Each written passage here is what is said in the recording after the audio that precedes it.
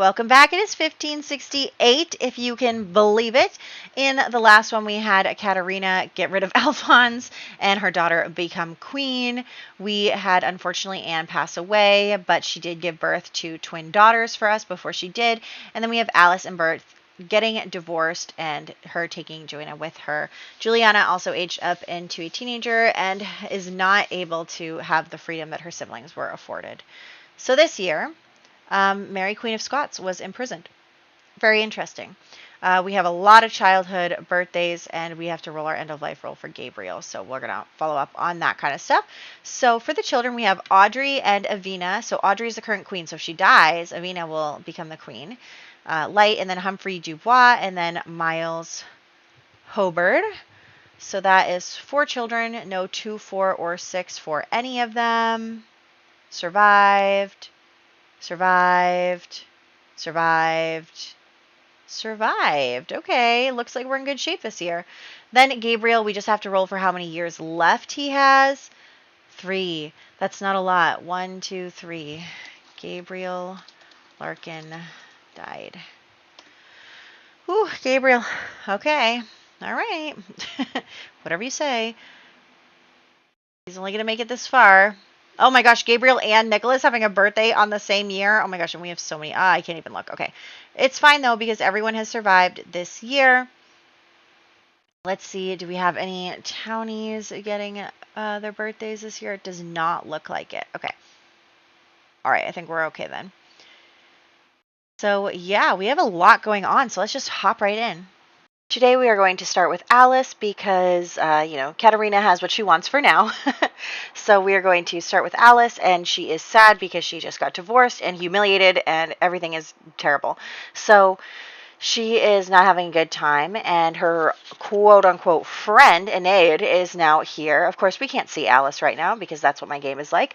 But anyway, Eneid is here, and Alice is like, what are you doing here? You ruined my life. And Eneid is like, well, I just wanted you to know that Bert and I are now engaged, so you don't have to worry about trying to win him over or anything. And, that was her plan all along, right? She wanted, a nice titled man to be her husband, and she threw her friend under the bus to get it. And she even approached her in the first place in order to achieve that goal. And for some reason, she got into her dark form, probably because she's very angry. And I don't know why the game generated her dark form as a different race. That's kind of weird. This game is kind of weird sometimes. Anyway, so, yes, so she basically comes to tell Alice that she is engaged to Bert, and then she also tells Alice that Bennett was just, using her, that he is just a social climber, and that he already ran away because he didn't want to get involved in her scandals and all this stuff. And so, of course, Alice is like, that's not true. Bennett and I really have something, and they get in an altercation, so they're going to get in a fight here, even though we still can't see Alice, which is driving me crazy. But that's just the way it is. So, they just got in a fight, and then what I'm going to have Alice do is come upstairs and write a letter to Bennett, trying to figure out what exactly is going on and, call for him or whatever.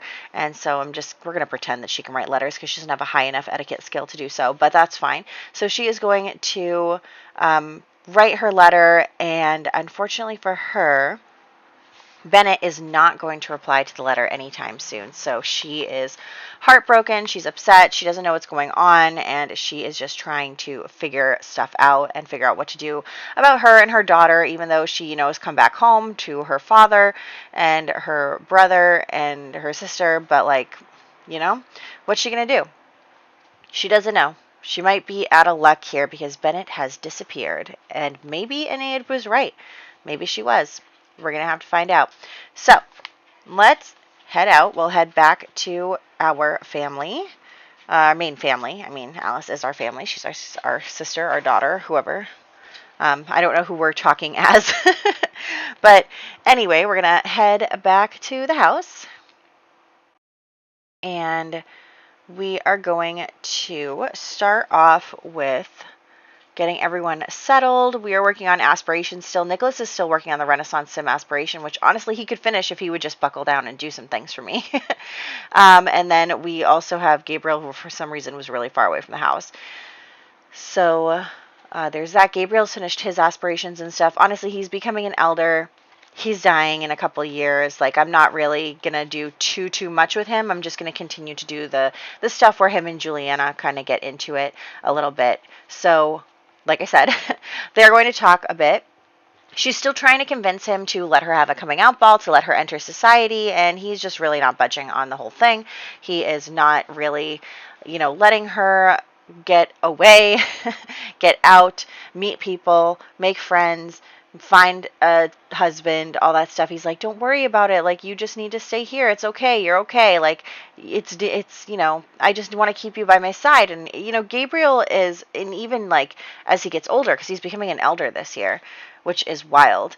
But like as he gets older, like he's really worried about her because she was such a fragile infant, because her mother passed away, because she's his youngest. He's just way too overprotective. And so Juliana is not happy about that. She is not happy about that, and so she is thinking that she needs to do something about it. She needs to find a way to live her life. Meanwhile, Nicholas is trying to actually get closer to Celestria because that's his stepdaughter, and he promised to take good care of her and everything. And, her mother passed away shortly after they got married. It was very, very short amount of time. And so he is just trying to get closer to her because obviously, this is a new environment for her. She hasn't been here very long, and then her mother passed away, and it's a really big deal. And so he's trying really hard to make this okay for her and be a father to her. So anyway, we are going to have Juliana sneak out. She's going to sneak out, and even though this place looks way too modern, we're just going to accept it. So she is going to sneak out and go on a get to know you date because she's doing the romance aspiration. But let's just say that she snuck out, and while she snuck out, she actually ran into none other than Anchor Whitehead. So, we don't have a really good relationship with the Whiteheads. The mother there, Lilith, she bullied our mother, and then also Enid hurt Alice, and so we don't really have a great relationship with our family. But Juliana is just enjoying a night of freedom. And so they just get talking. They're not really going to, go too crazy here. They're going to maybe snuggle a little bit, watch the stars. And when they first meet and they run into each other in the dark, I mean, he's a vampire, so it's not as weird for him to be out. But, he sees her. He can tell that she's a lady. And he's like, hey, like, you shouldn't really be out here by yourself. And he asks her who she is. And she actually lies. She lies. She wants to keep her identity a secret because she doesn't want her father finding out that she snuck out. So that is what's going on there. Is she is basically lying and saying that she's, she'll maybe say her name is Juliana, but she's not going to give her family name, or maybe she'll give a fake family name or whatever. But she's going to lie about it so that she can keep her cover and keep, sneaking out. She got back in. It's still very early, so Gabriel was still asleep. Nobody caught her. So she is feeling good about her little escapade there, although I'm sure she's exhausted after being out all night. So she has met Anchor Whitehead, who is a very handsome sim, if I might say. But yeah, she's just trying to live a little, have a little fun, have a little adventure. Anyway, like I said before, Nicholas, Celestria, trying to get along, trying to build a relationship, a father-daughter bond so that she feels more comfortable in this household. I mean, it's tough for her, right? It's not easy. So then I'm also still trying to get his skills up for his aspiration there. So he's working on that. He just read to his stepdaughter a little bit. And I'm sure it's weird for him too. And honestly, I keep looking at Nicholas and I feel like he's so young, but he's really not that young. Like, he's only a couple years away from becoming a regular adult. And so it's just really interesting. I just look at that little baby face of his and I think that he's still young. But he's not. Anyway, I am going to have him. So, okay. So Nicholas, I I'm going to say that Nicholas has postpartum depression. Now, men can get postpartum depression. It is not just a woman thing. Okay, there's a fire in the house. That's just great. Can you guys not with the fire? But yeah, I'm going to say that Nicholas has postpartum depression. Obviously, it's different than if a woman had it, but men can still, have depression after a baby is born. And, it's also a serious problem. And so I just really think that after, he lost Sibley, he lost Anne, he's got 3 kids, he's really stressed out. His father is elderly this year. His father is elderly, and he's just having such a hard time, and he just really can't handle it all. He just can't. And so when Angus comes over again to complain to him about not marrying his daughter, and he's like, well, your wife is dead now, you could just marry my daughter, you have to marry my daughter, because Angus wants his daughter to have a high up position. He wants her to, run a household, to get to a high up position. Honestly, he'd love for her to be a queen, but she can't be because there's no kings available. But he wants the best for her, and he knows that Nicholas is in a vulnerable spot right now, and he knows Nicholas pretty well after all these years, after them having an intimate relationship for a little while, even if it wasn't serious. And so he knows Nicholas. He knows how to kind of manipulate him a bit and all of that stuff. So he never had a title. He never had a title, and he never really got that acclaim that he wanted. So he basically is trying to force Nicholas, his daughter, onto Nicholas. And Nicholas knows that Damaris is not so great a person. She definitely tried to be a little sneaky and tried to get, entrap him. But at this point, he's like, you know what? I can't do this right now. I can't handle this. And maybe having someone to help me manage the household and raise the babies and all of this stuff, maybe that would be good for me. And I just need someone, and it really doesn't matter who it is. And you know what? She's from a well-off family. She's from a good family, even if her father's kind of a jerk sometimes, that she would definitely be able to run a household and raise children and all that stuff. And so he's like, you know what? Fine. And we know that this could go terribly because she's evil and her father's evil and everyone's evil in that household except for the youngest. And it's just it's just such a bad idea. But like I said, Nicholas is depressed. He's overwhelmed. He can't handle it, and he just doesn't know what to do. So for him, he's like, oh, if I could get someone to help me, maybe that would solve my problem. And would it? Potentially not. But he is going to agree to marry her because he doesn't know what else to do. And he's in a bad spot. He's in a bad place in his life, and I feel really bad for him. But one day you will find happiness if you live through your birthday roll. So, anyway, yep, a proposal. I had him propose to her, and then she said no, and then she proposed to him, and so of course I'm saying yes, and that's really weird that she would say no and then propose back. But anyway, so Nicholas is now engaged, and then I'm going to keep going with Juliana to try and get a little closer to Anchor. Maybe she has written him a letter or something and told him to meet her. And I'm looking for a place to put on the bluffs. And actually, there's this really cool abandoned castle that looks really neat. And so I think that would be fun. Maybe it used to be a summer or winter home for the royal family, and then it just kind of fell into disrepair, and they just abandoned it and whatever. So what I'm trying to do is getting this rug, this blanket out so that they can snuggle on it, except they can't. And I keep trying to move it, and I keep trying to put it places, and it still doesn't work. So I don't know. I might have to just invite him over to the house eventually. But I can't because he doesn't know who she is. I don't know. Anyway, we're going to feed him some chocolates. So yeah, Juliana is enamored with Anchor. He kind of represents everything that she wants out of life. She adventure. He's a vampire. It's cool. They're sneaking around, and it's fun, and it's exciting, and all this stuff. And so I think that they really, I mean, their romance and friendship went up so fast. They just really like each other a lot. Oh my gosh, they're autonomously woohooing. I forgot that they did that.